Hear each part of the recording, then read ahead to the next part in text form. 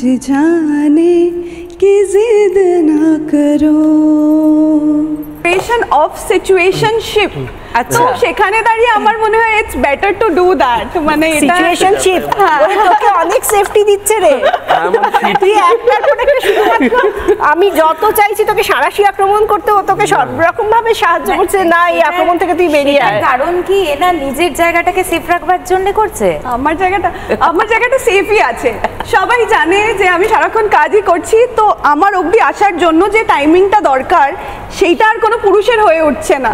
তো আমি এখন আপাতত ভাবছি যে কাজগুলো একটু 2 বছর আরো করে নিই, তারপরে আমি একেবারে স্ট্রেট। শোনো একটা কথা বলছি, তুমি যে কথাটা বললে আর we are just good friends, এই দুটো ব্যাপার এক। ও না না না না, we are just good friends. আমি ফ্রেন্ডসের বাইরে এবার খোঁজার চেষ্টা করছি।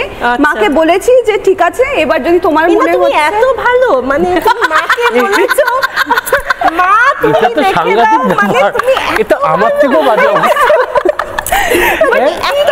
গ্রামাটিক্যালি কারেক্ট থাকতে চাইছো নাকি তুমি grammatically correct? Basically no, basically পছন্দ এরকম নয় যে হয় না, বাট হওয়ার পরে যে স্টেপটা আছে সেই অবধি আর যায় না, দ্যাট ইজ দ্য প্রবলেম।